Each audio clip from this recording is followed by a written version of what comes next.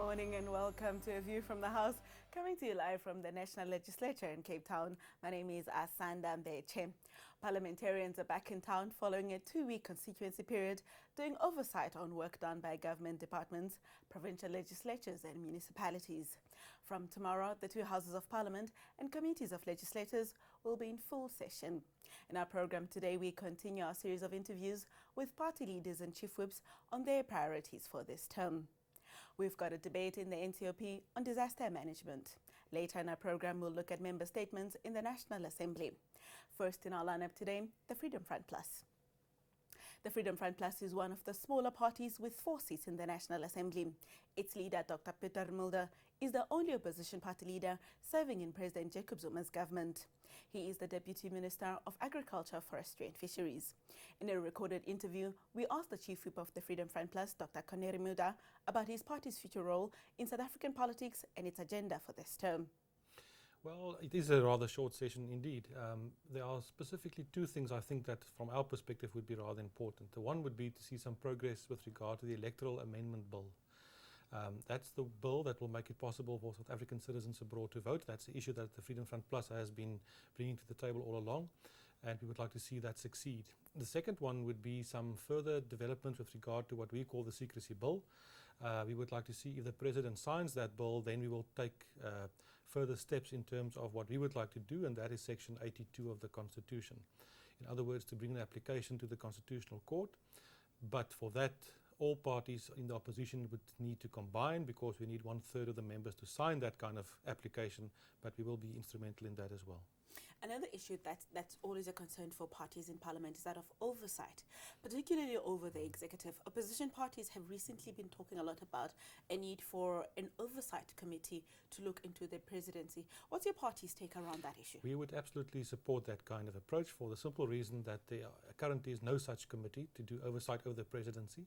And as you are aware, the presidency has become large and extended, with different ministries also situated within the presidency, as well as the deputy president.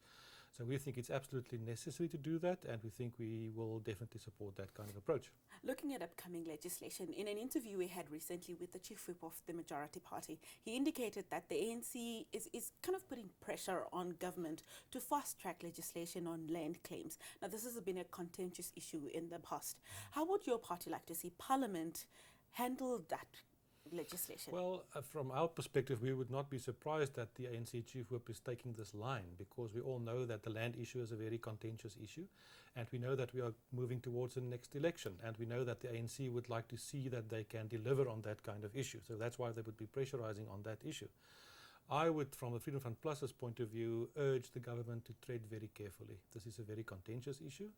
It can have a very bad effect in South Africa, economically speaking, in terms of property rights and those kind of things. So let's talk about land, let's debate, and let's deal with some of the myths that the ANC has created with respect to land, as if land only belonged to a certain group in South Africa. That is not true. Talking about trading carefully, the Freedom Front Plus accepted an invitation to serve in government along with the ruling party. Has that put pressure on your party to assert itself and ensure that it retains its own identity outside of serving in government? Well, when President Zuma extended that invitation, we obviously discussed it internally for quite some time. We also consulted with interested groups, with support base outside Parliament for the party. And when we accepted that invitation, we set certain preconditions. And some of those preconditions obviously were that we were going to maintain our identity, we're going to retain and play an opposition role as a party. As a matter of fact, our leader recently, Saturday, said that our main platform is that the ANC should be defeated. So obviously we participate within that structure in terms of making a difference and making constructive difference.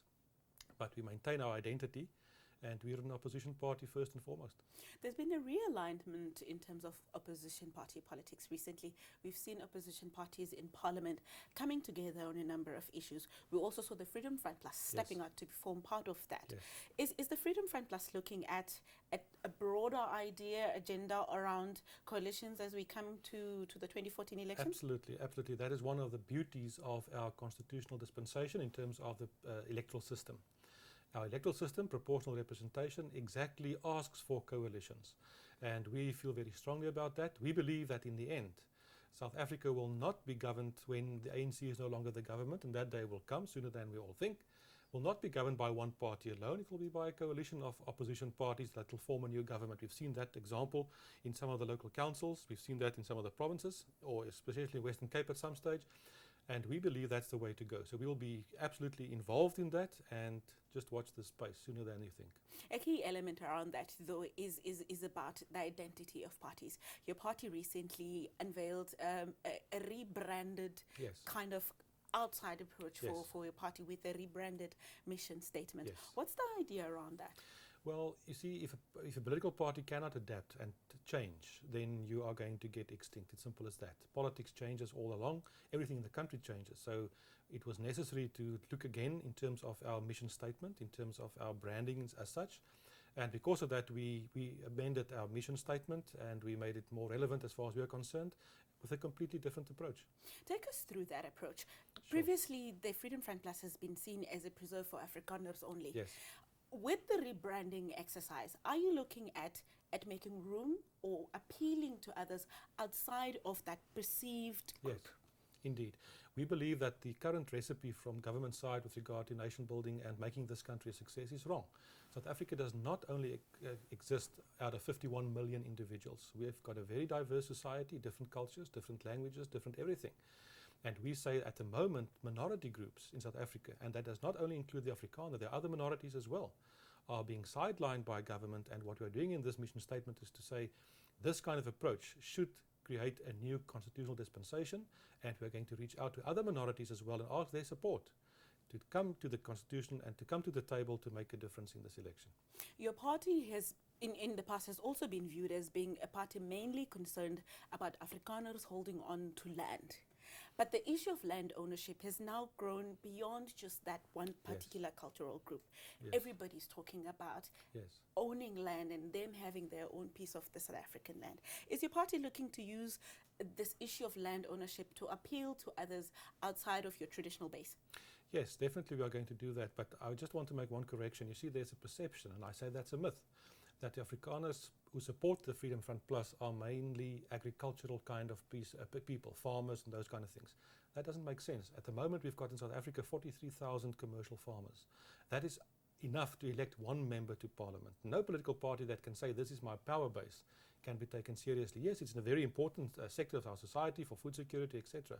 But the appeal must be way beyond only land and agriculture in that sense. But we realize that land and the whole question of land is going to be a very controversial issue. There are other parties, some newcomers. We've got all kinds of ideas with regard to land. We should tread carefully, but definitely we will use that because it's in the interest of all of us in South Africa. Just lastly, the Freedom Front Plus has been dogged by a perception around an issue of a Volksstaat, that Afrikaners want their own little Volksstaat. But you also talk to us now about a rebranding exercise to cater and appeal to other minorities. What's the holistic approach around the Freedom Front Plus, about where it wants to go in the future? We believe that South Africa should be the home for all who live in it, as the Freedom Charter basically states, but that has not been the case as far as we are concerned. So we believe the country is big enough that there should be a place under the sun for all of us, all the minorities as well. And if you look at minority rights, group rights and those kind of things, there are different ways of constructing that in terms of federalism, in terms of subsidiarity, in terms of self-determination. It could also have a geographical base. All those kind of options would be put on the table. And that also appeals to other minorities. We've at our launch the recent weekend, we had a delegation from the Khoi and the San people who were quite excited because what we are saying is exactly what they are saying. And we know there are other minorities as well who feel the same. So we will combine, we will talk to them and we'll ask their support to bring this reality to the table in South Africa as an alternative. And being done, we will then also participate and be part of a broader coalition. The conversation between the FFplus and the Khoi and the San communities, what are the key issues around it? The key issue is that we are both minorities in South Africa, that we both feel alienated by government policy and government approach. We don't want to see that minorities are sentenced to lifelong imprisonment in an open democracy where minorities are not taken seriously.